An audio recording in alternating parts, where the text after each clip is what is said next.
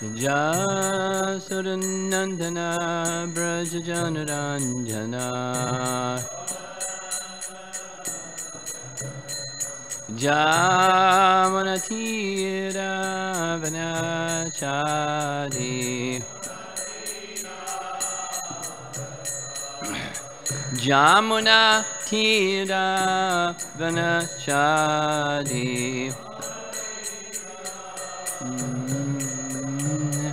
Jaya Radha Madhava Kunja Bihari Kunja Jaya Radha Madhava Kunja Bihari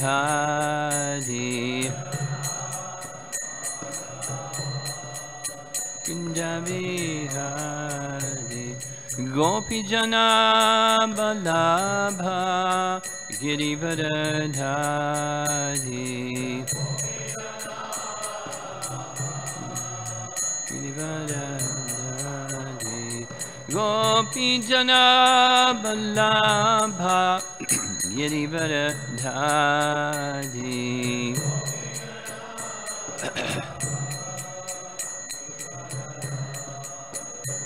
Yasodanandana Brajajanaranjana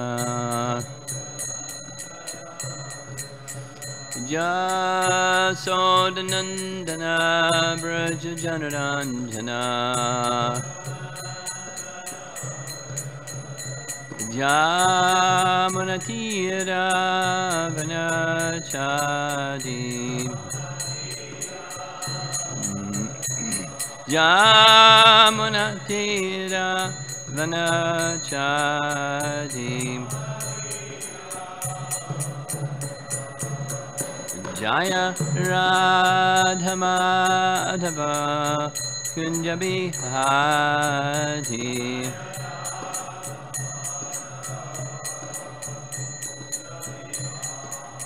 Jaya Radha Madhava Kunja Bihari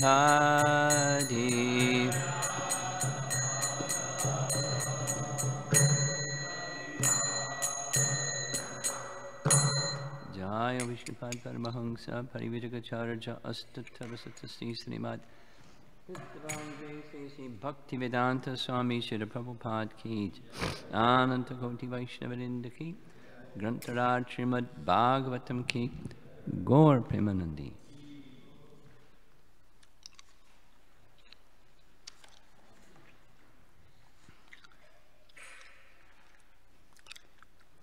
You won't believe it, but there was some confusion this morning. And the confusion has to do with which verse that we'll be discussing. So without all the explanation, we're going to repeat the verse from yesterday because that was what was on the board and that's what we're going to do. But it'll be varieties on the theme of whatever the message is for text 8. And she's almost ready. Anybody has their little device, you can get that out so you can see what the verse is. Canto 9, chapter 19, text number 10, text number 8.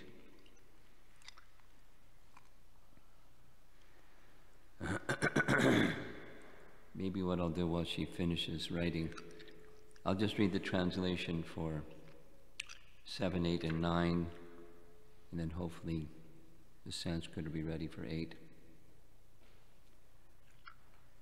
In any case, text number 7.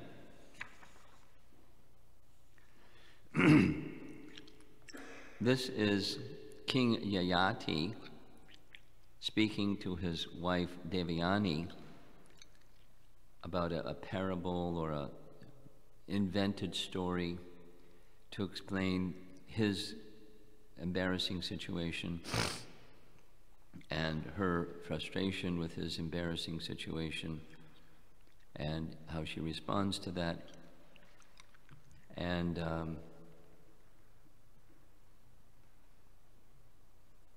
he tells it in the form of a story, made-up story, a he-goat and a she-goat.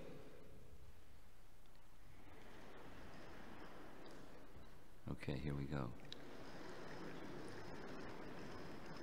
When the she-goat, text 7, when the she-goat who had fallen into the well saw her husband goat engaged in sexual affairs with another she-goat, she could not tolerate his activities. Text 8, this one. Aggrieved by her husband's behavior with another, the she-goat thought that the he-goat was not actually her friend, but was hard-hearted and was her friend only for the time being. Therefore, because her husband was lusty, she left him and returned to her former maintainer. And then text 9, being very sorry, the he-goat, who was subservient to his wife, followed the she-goat on the road and tried his best to flatter her, but he could not pacify her. So the he-goat is the king, Yayati. The she-goat is his wife, Devyani. And the other is Sarmishta. Okay, so here we have the verse, text 8. Tam durhadam surid rupam kaminam kshana soradham indriyaramam utsrija swaminam dukkita yayao tam duradam surid rupam kaminam kshana soradam indriyaramam utsrija swaminam dukkita yayao.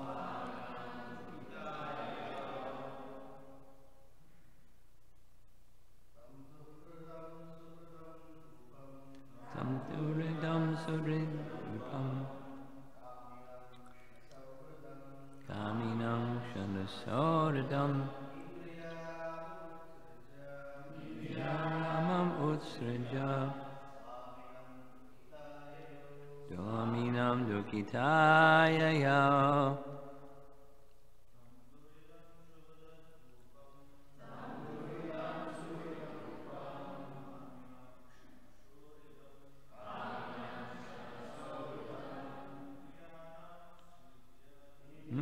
Ramam utsrija.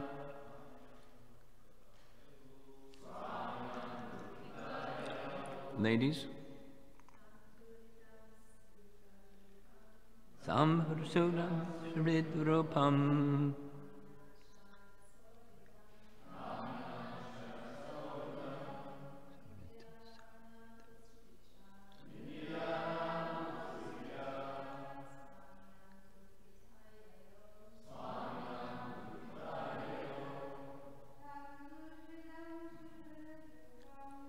Duridam Surid Rupam Kaminam Kshana Sauradam Indriyaramam Utsrija Swaminam Tam him, the he-goat, Doradam cruel-hearted, Surit Rupam, pretending to be a friend, Kaminam, very lusty, Kshana Sauradam, having friendship for the time being, Indriya Aramam, interested only in sense gratification or sensuality. Utsrija, giving up. Swaminam, to her present husband or to the former maintainer. Dhokita, very much aggrieved. Yao, she left.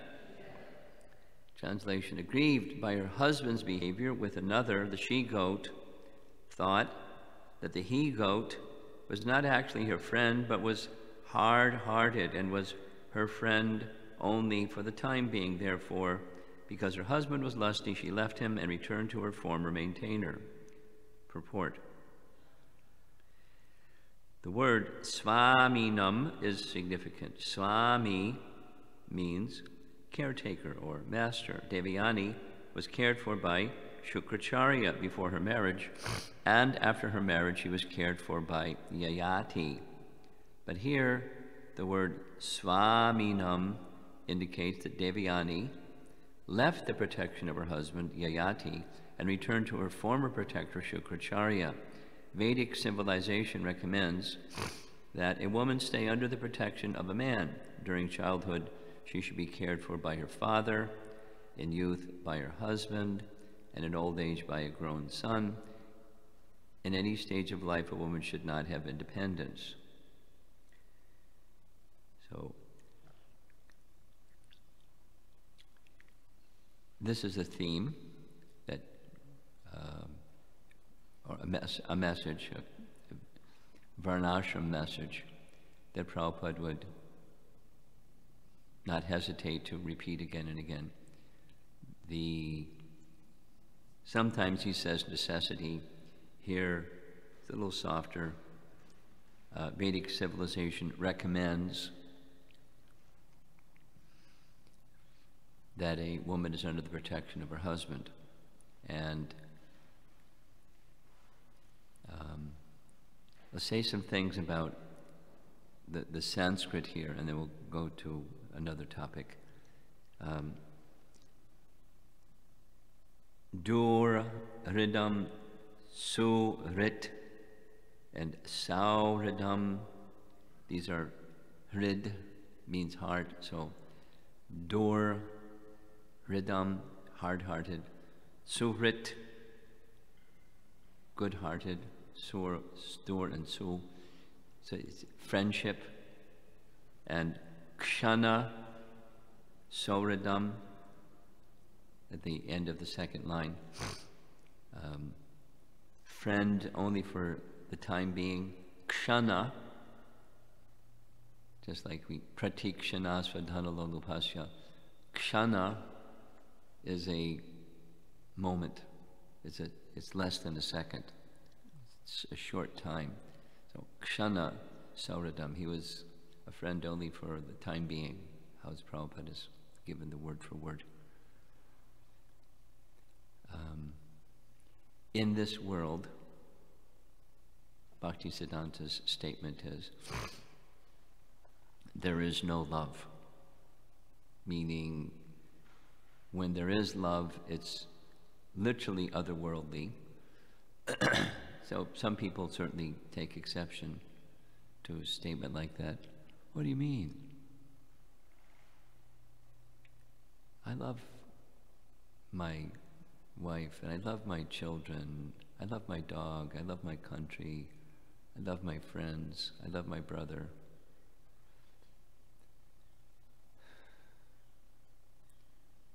I remember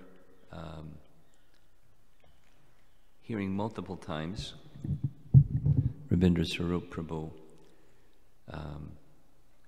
telling a story about when he was doing his PhD at, I think it was Temple University in Philadelphia. He had a professor who was the supervisor of his PhD program, and he knew that Srila Prabhupada liked to interact with academic people and government people and to help influence them to understand the way of bhakti.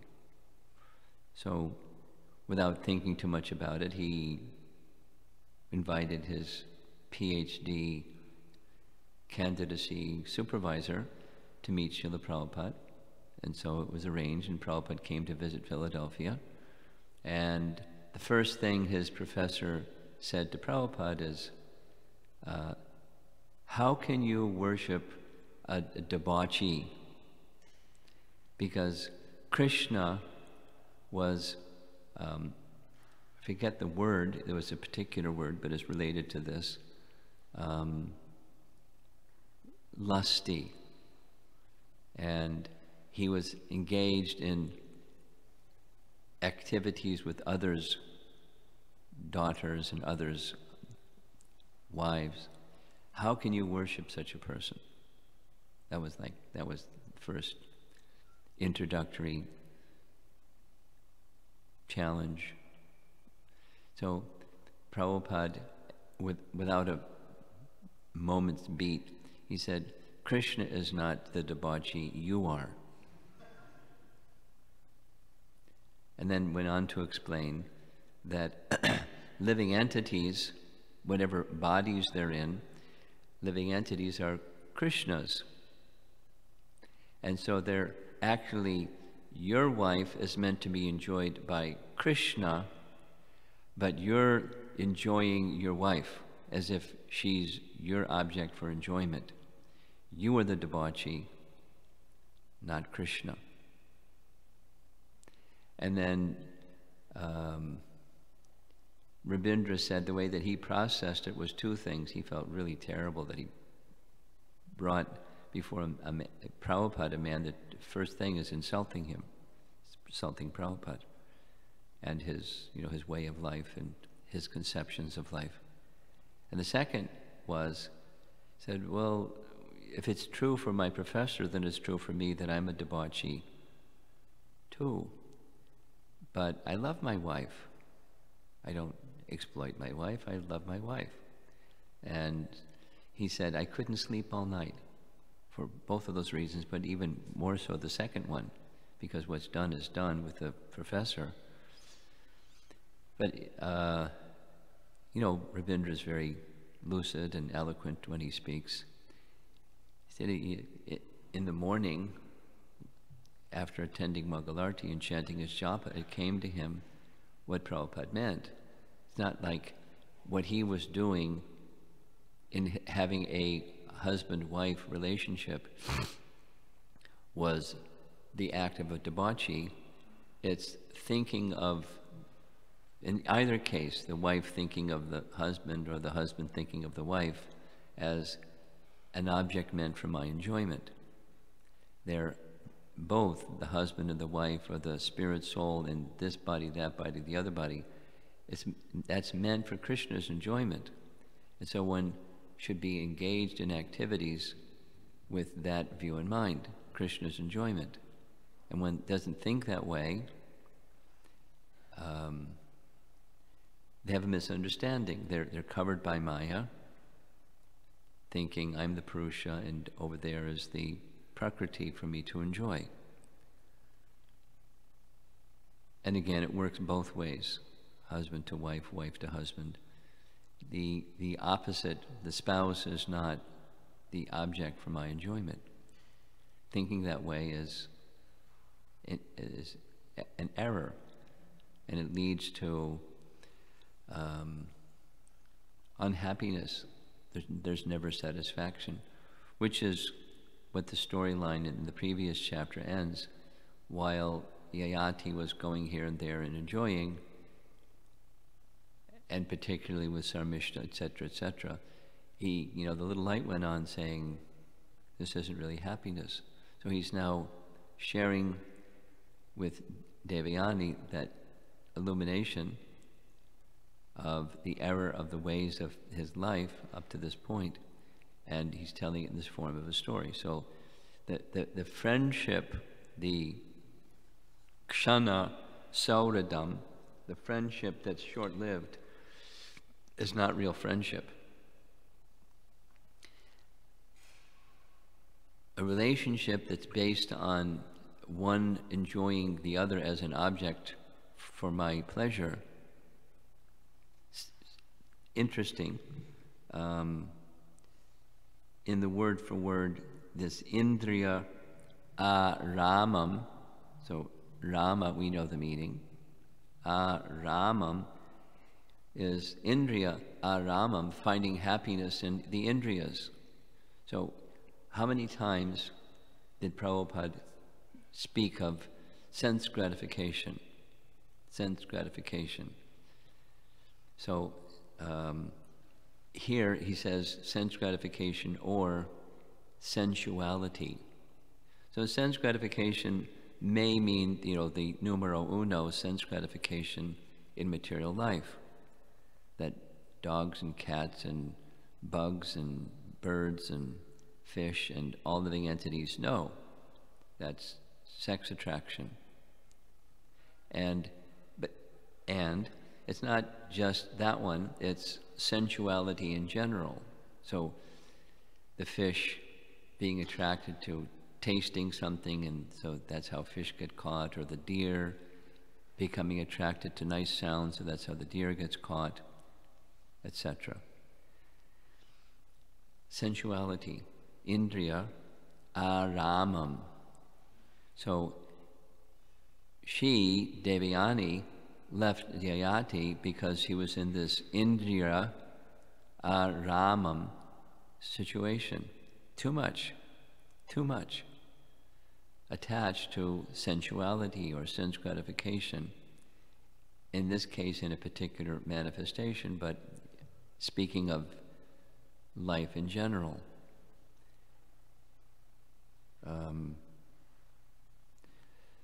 So then Prabhupada begins the purport, the Swami Nam, the first word in the last line. Swami Nam.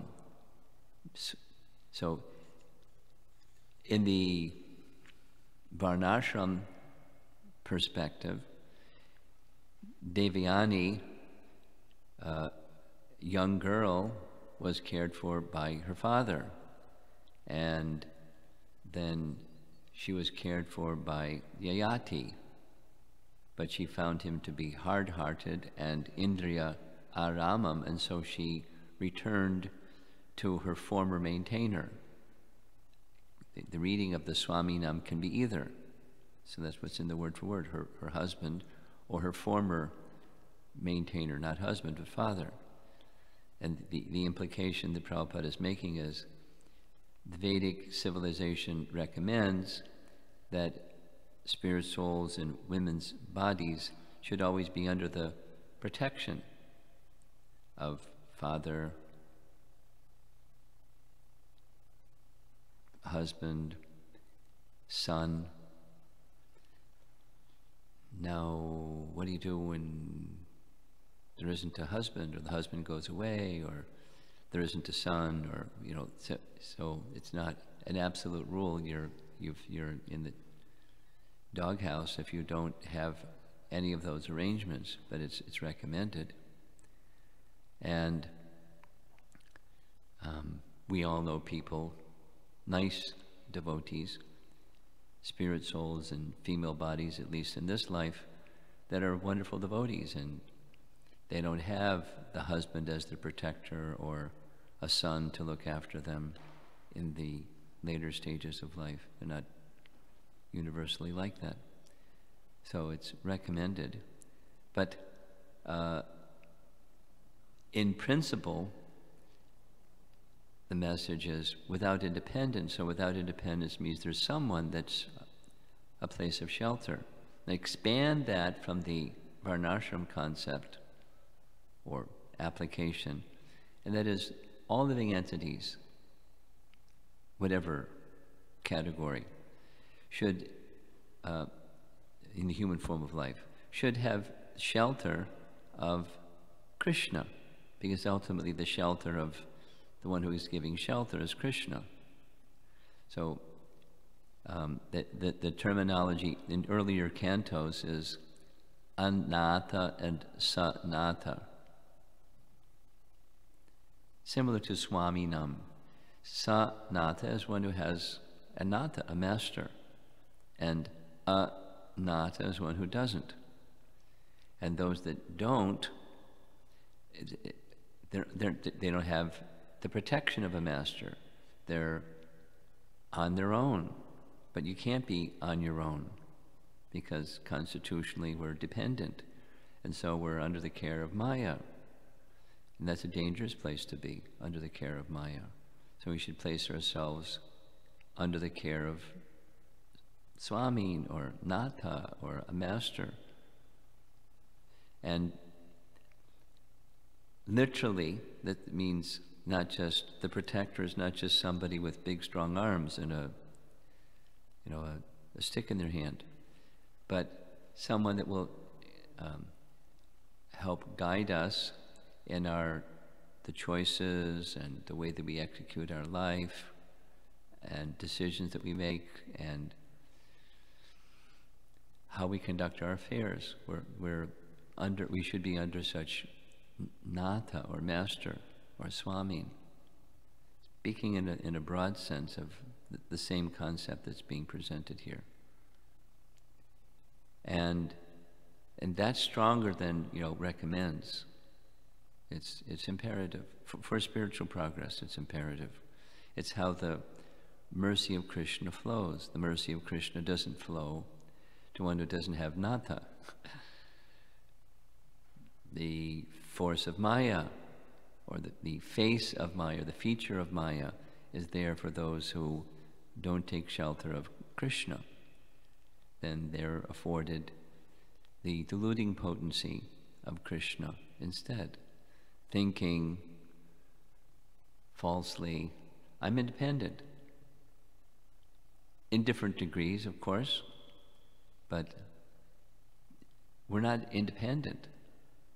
Constitutionally, we're dependent.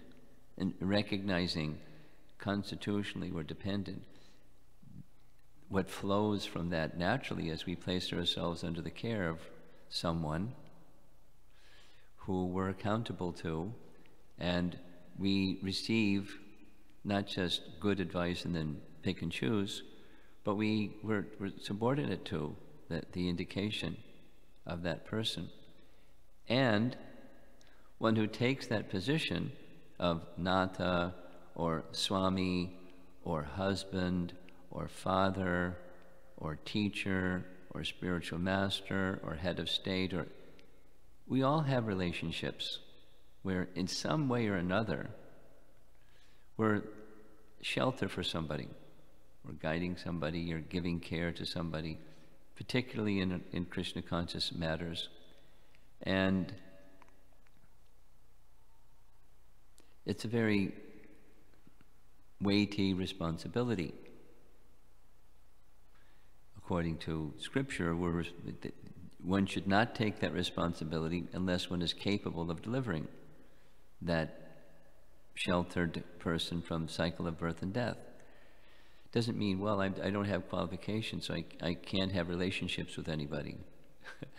It's the weight is, come to that standard.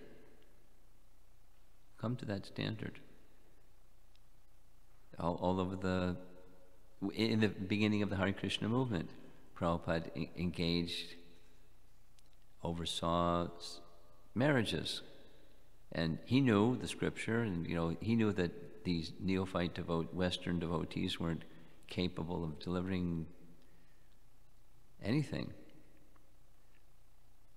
But the teaching doesn't change because of that. It's still a responsibility. And a nice indication in the storyline is when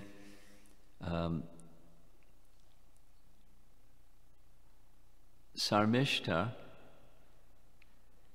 misbehaved with Devyani in a grievous way. Sarmishta, with the quarrel between the two, Devyani being the Brahmani, the daughter of Shukracharya,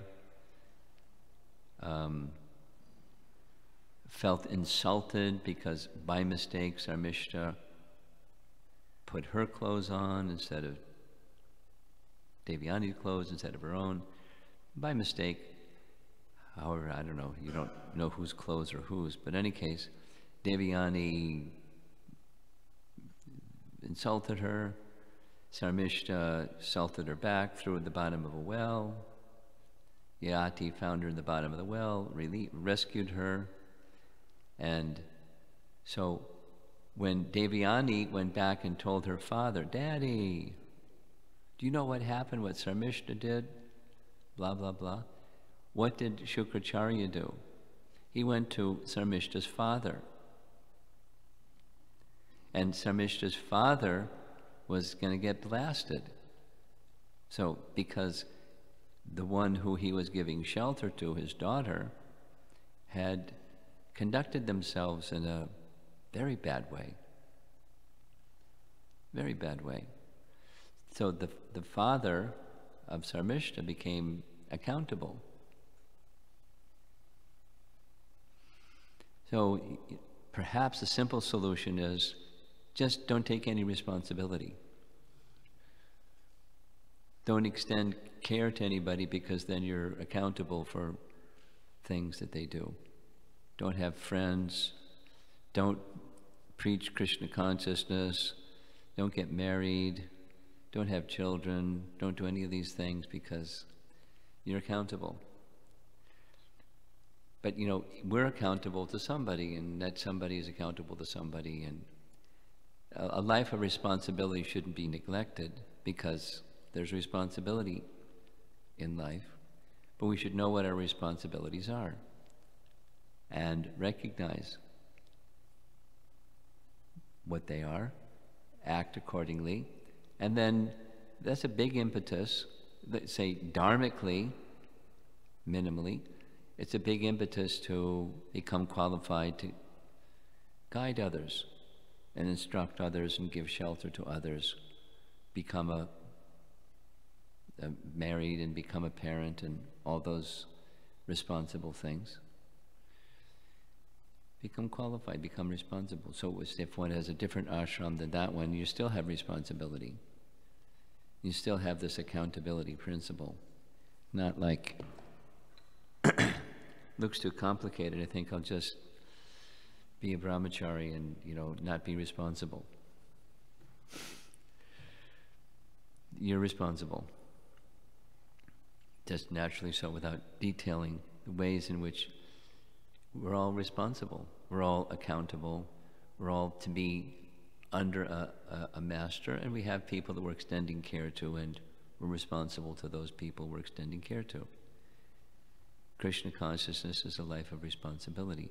So back to the refrain that Prabhupada would speak of, that women, in this case Devyani, but in general, women, Vedic culture recommends.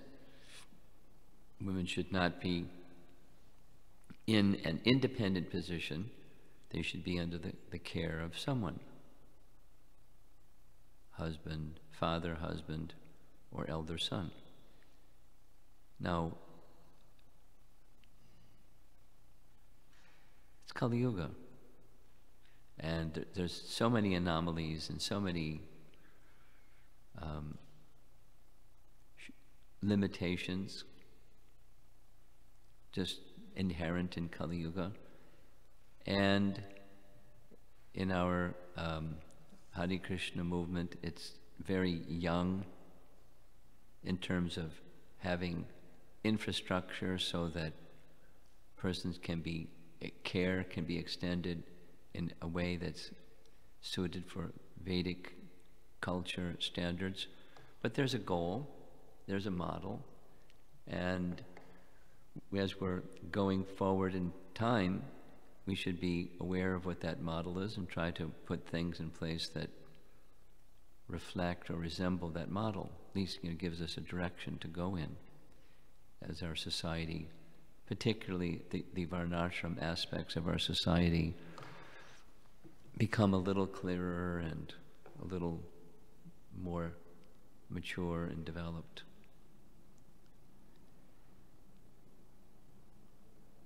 Hare Krishna. So a little confusion about what verse for the morning, but it's think it's okay. Who gave class yesterday morning?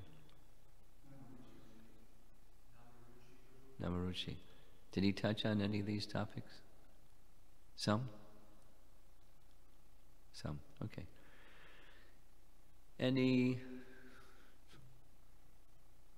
discussion?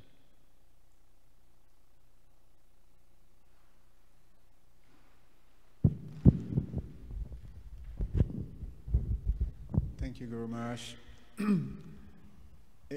Kinyayati, in the narration, you point out to the Sanskrit translation, and he depicts himself as a he-god, as Indriya Raman, that is someone who is,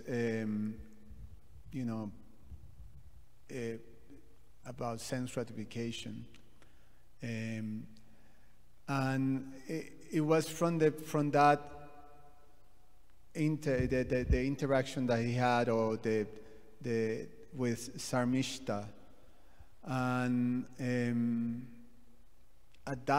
during that verse, when it happens, Srila Prabhupada points out in the purport that he actually didn't break a religious principle. He actually made a choice because it was part of Kshatriya Dharma, that if part a woman...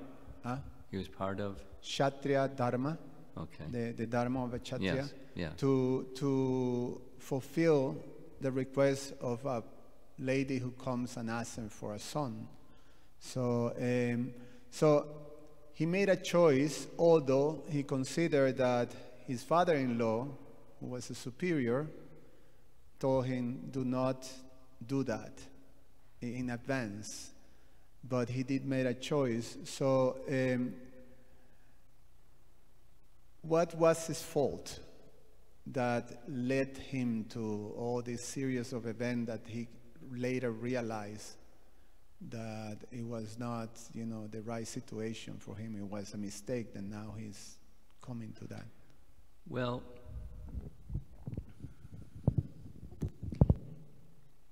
it's not something that you stated. I'd like to revisit or edit a little bit. I'm not aware of a principle that says some lady approaches a king and he's obliged to reciprocate with the lady's demands.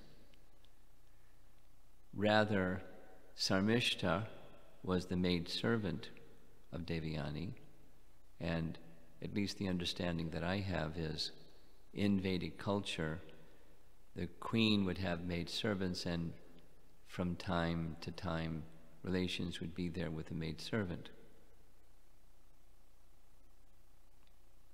So, and then the child that will be born would be of the same caste as the maid servant, as the mother. Not part of the royal family, but regarded as given privileges, but not the same status. So something like that. So anyway, your question was, what was his fault? Well, the fault was the fault of consciousness. Lusty consciousness. It wasn't just fulfilling a duty, it was lusty consciousness.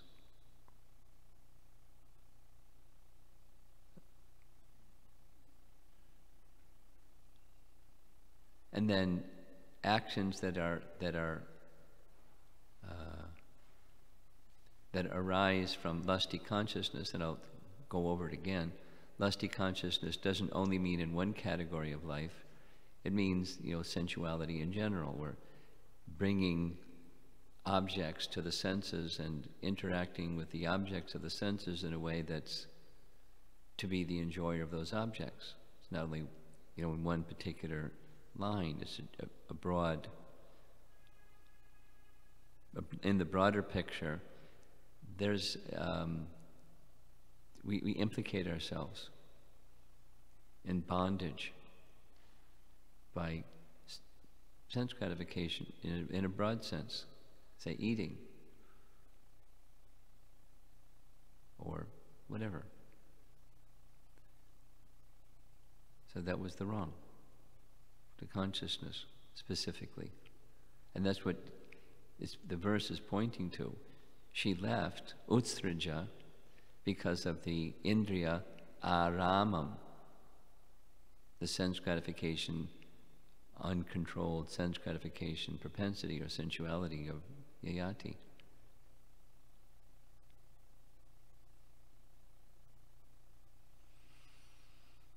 Anything else?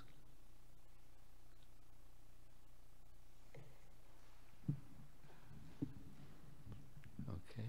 Srila Prabhupada ki jai.